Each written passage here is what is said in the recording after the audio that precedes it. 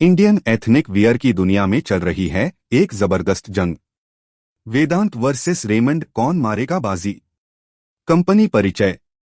वेदांत fashions Kolkata आधारित company है जो अपने मान्यवर ब्रांड के लिए जानी जाती है। ग्रोम्सवियर अन्य ब्रांड्स में शामिल हैं Mohey bridal wear, Mebaz family occasion wear, Twamev premium festive wear, Manthan value focused apparel.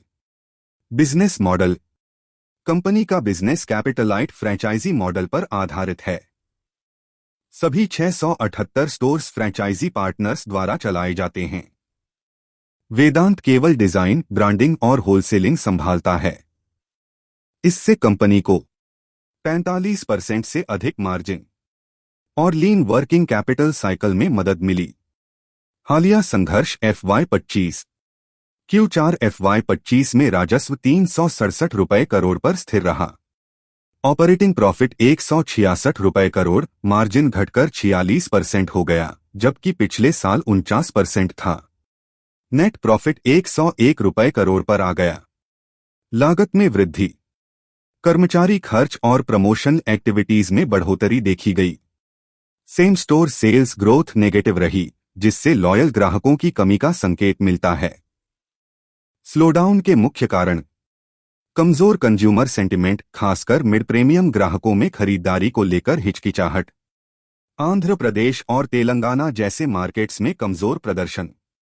FY24 में जो 27 नए स्टोर्स जोड़े गए, वे उम्मीद के मुताबिक ग्रोथ नहीं दे पाए। मोहे और ट्वामेव जैसे नए ब्रांड्स अभी शुरुआती स्टेज पर हैं। ज्यादा मार्केटिंग की जरूरत।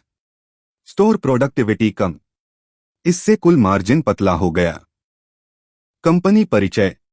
रेमंड लाइफस्टाइल एक वर्टिकली इंटीग्रेटेड और कॉस्ट हैवी कंपनी है, यानी डिजाइन से लेकर रिटेल तक सब खुद करती है।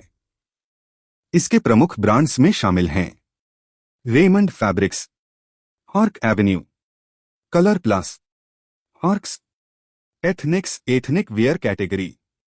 2024 में रेमंड लिमिटेड से डेमर्ज होकर एक फैशन फोकस्ड कंपनी बनी। इसके पास लगभग 1600 स्टोर्स हैं, जिनमें कंपनी स्वामित्व वाले और फ्रेंचाइजी स्टोर्स दोनों शामिल हैं। रैनसमवेयर अटैक का प्रभाव। फरवरी 2025 में साइबर अटैक के कारण बिलिंग, लॉजिस्टिक्स और प्रोडक्शन लगभग 1 महीने के लिए बाधित रहा।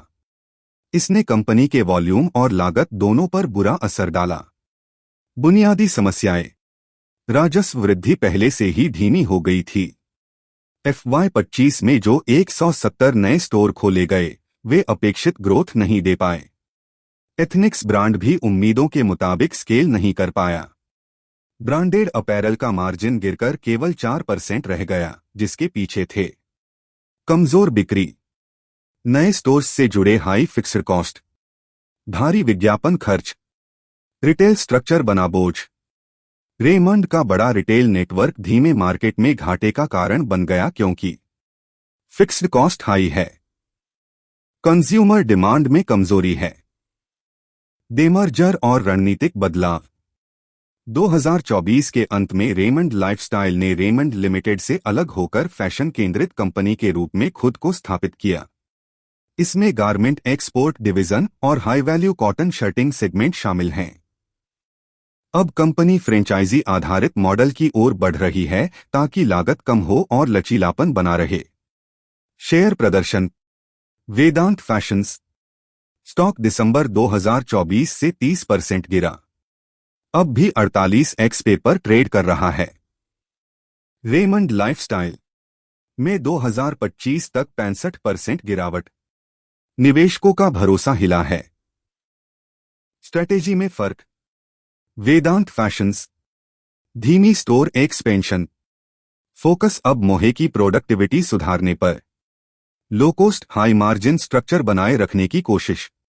रेमंड लाइफस्टाइल डीमर्जर के बाद भी स्ट्रक्चर भारी, अब फ्रेंचाइजी मॉडल की तरफ झुका, लेकिन फिक्स्ड कॉस्ट अभी भी बहुत ज्यादा। गवर्नेंस पर सवाल। गौतम सिंघानिया की लीडरशिप पर आपत्तियां। अगर आप निवेशक हैं तो दोनों कंपनियों के स्ट्रक्चर और रिस्क को समझना बेहद जरूरी है। वेदांत फैशंस ब्रांडिंग और मार्जिन में बेहतर। रेमंड लाइफस्टाइल भारी लागत और गवर्नेंस जोखिम। इस वीडियो का उद्देश्य केवल एजुकेशनल है। कृपया निवेश से पहले अपने वित्तीय सलाहकार से परामर्श लें।